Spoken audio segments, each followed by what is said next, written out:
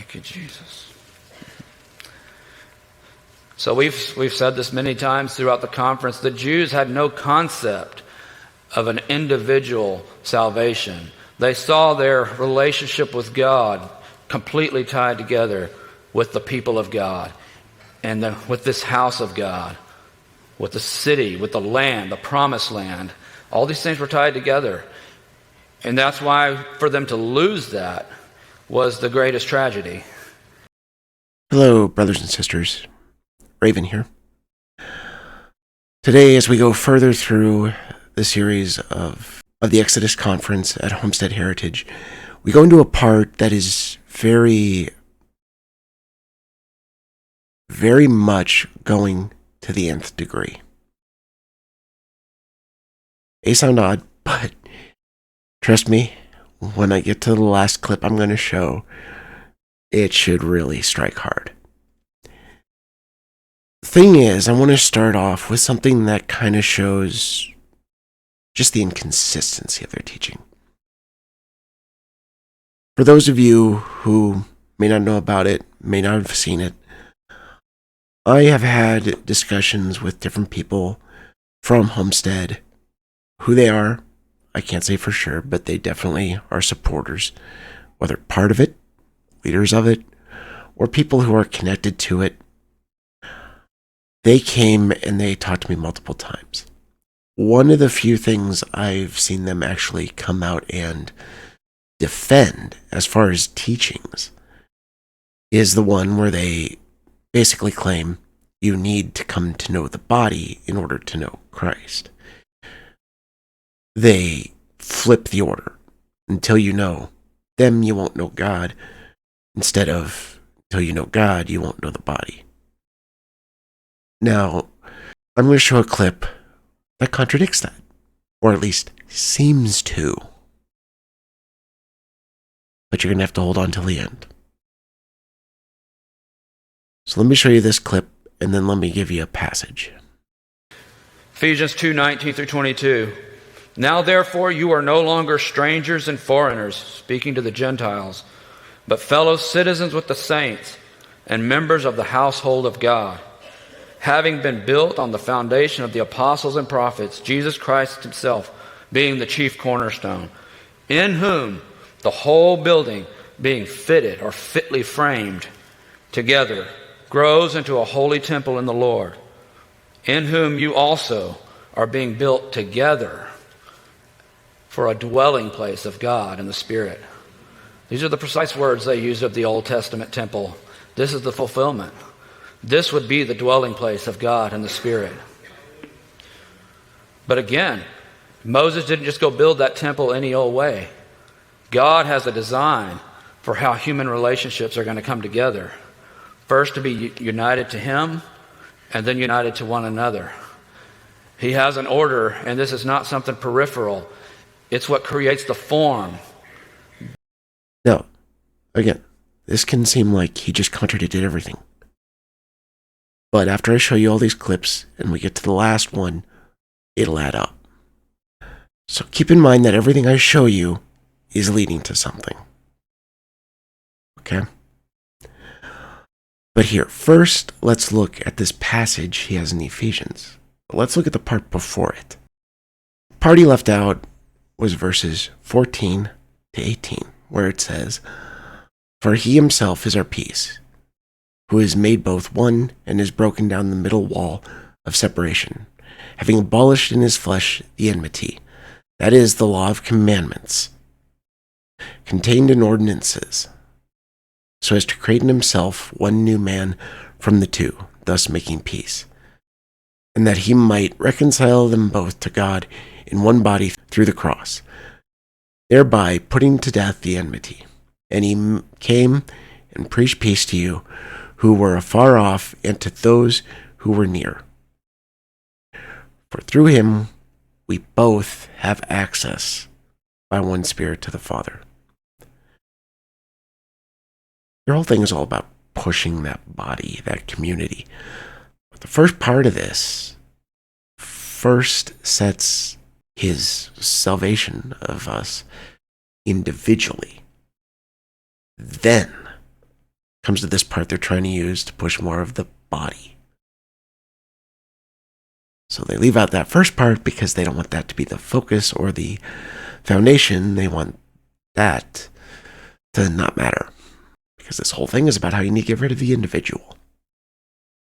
The next thing that they go a little bit more with is their whole thing of works. It's by works.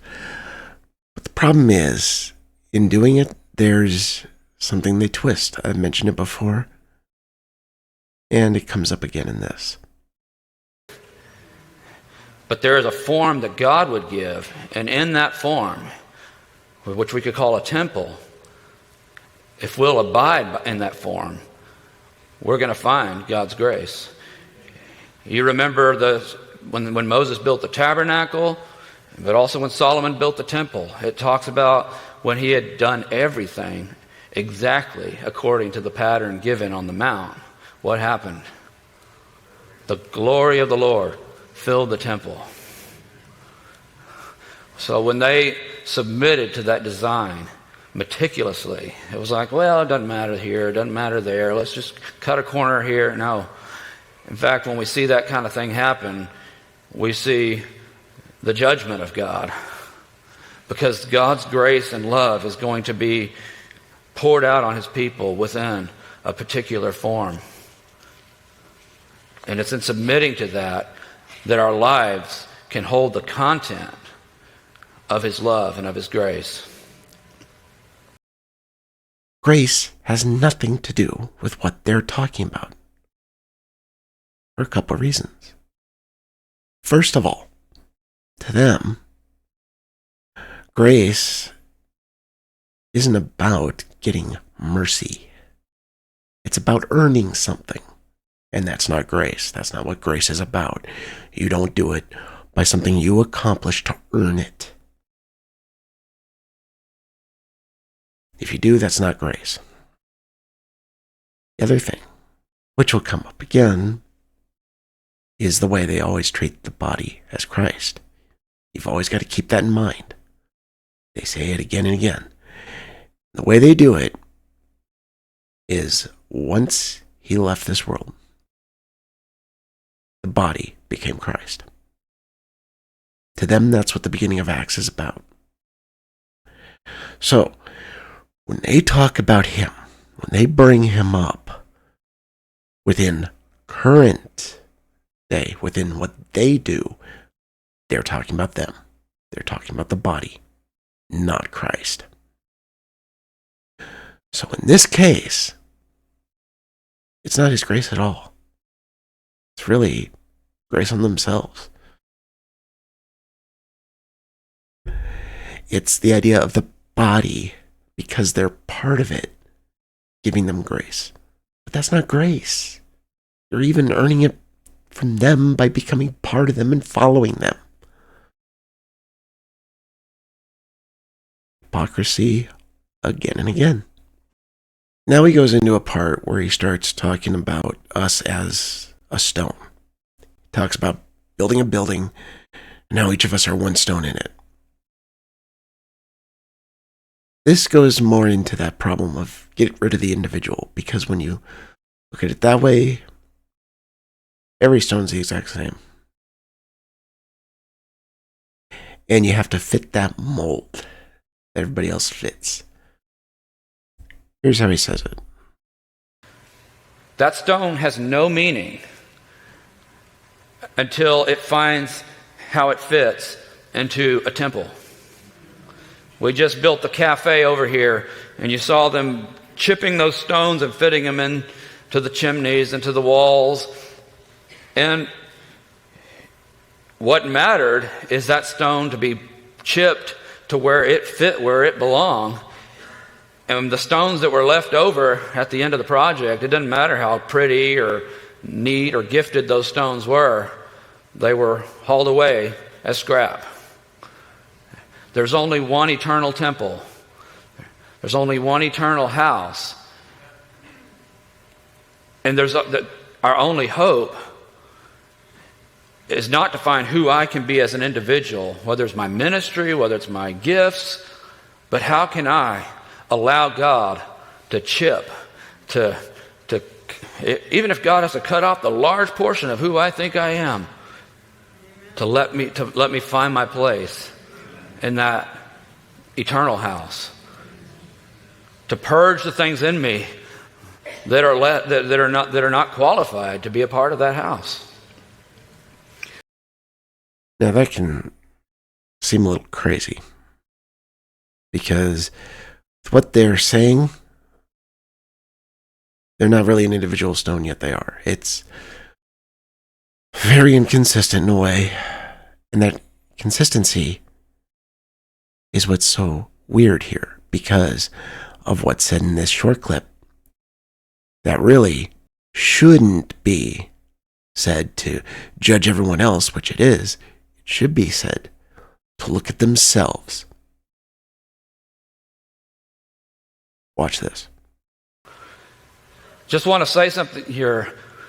Is it possible that the fragmentation of doctrine and teaching and ideas is the fruit of the church being planted in the wrong soil in Babylon, in the land of confusion, of fragmentation, in a culture of death, like Brother Aber shared with us? So he's gone through all this stuff. It's been very inconsistent. Talking about Jesus, but really not talking about him. Talking about grace, but not really talking about grace. Talking about how it's God first, then the body, and yet they always have taught differently and argued against me. So inconsistent throughout everything he's been saying, and now he's trying to push that they're consistent. It's the way they do it all the time. We see this again and again and again. They always go and accuse others of doing what they're doing. Because they rebuke it, they must not be doing that. It's the way it's treated. It's the way it's looked at by them. But it all adds up when you watch this next part.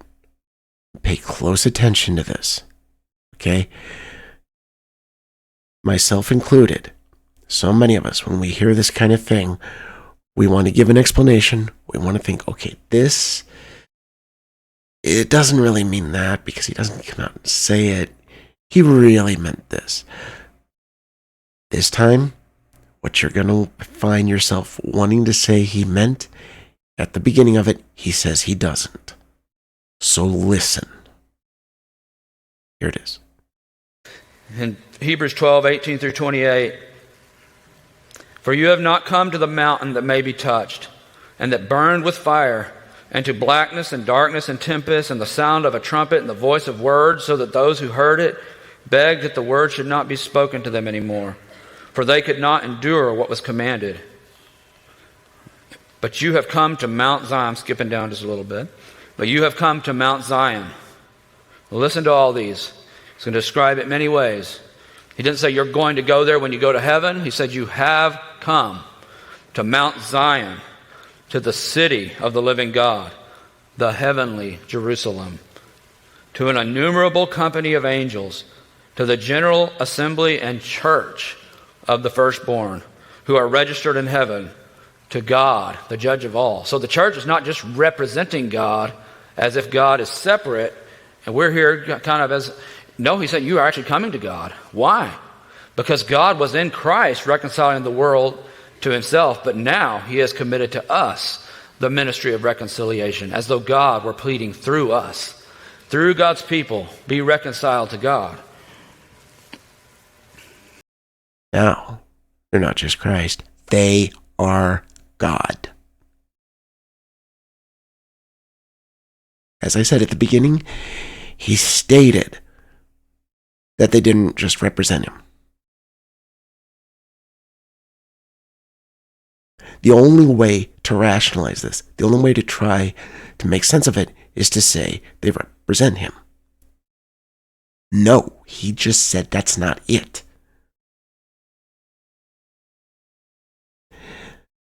Now, think about that. They're God. God first, then the body. Same difference? No. Sounds like it.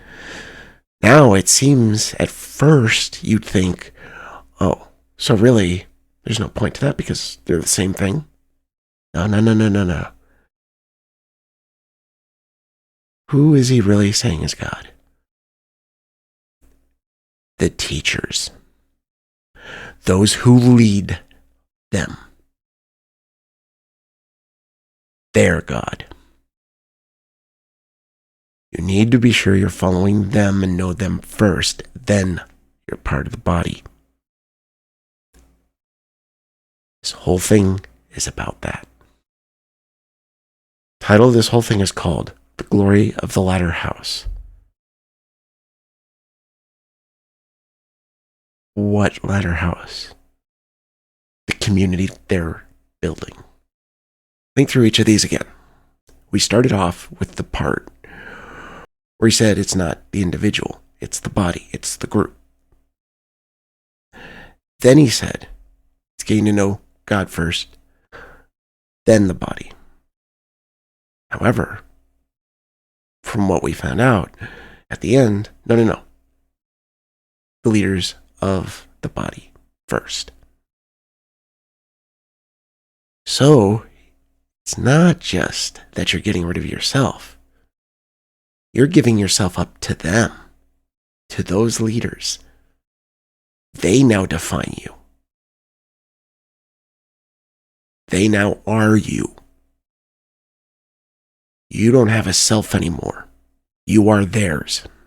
The next part, twisting the definition of grace. They want you to think of what they're doing by pulling you in and commanding you and taking ownership of you as grace. Because until you're following them, until you're doing as they're telling you, you are not going to receive that mercy, that grace. That's why they're twisting that. The next part, each of us is a stone. They're building their kingdom. This goes back to what Ozzy said that we saw in that other one. They only see us as materials. That's it. To them, we are the materials of their kingdom. And then the consistency. They don't want you to see any of their weakness. Their teaching is perfect to them. You must not question it. Because you do, you're being inconsistent. You're following these inconsistent teachings, not theirs. That's what this is all about. Their God. This is a cult that definitely serve false gods. May the true God bless you. I'll see you next time.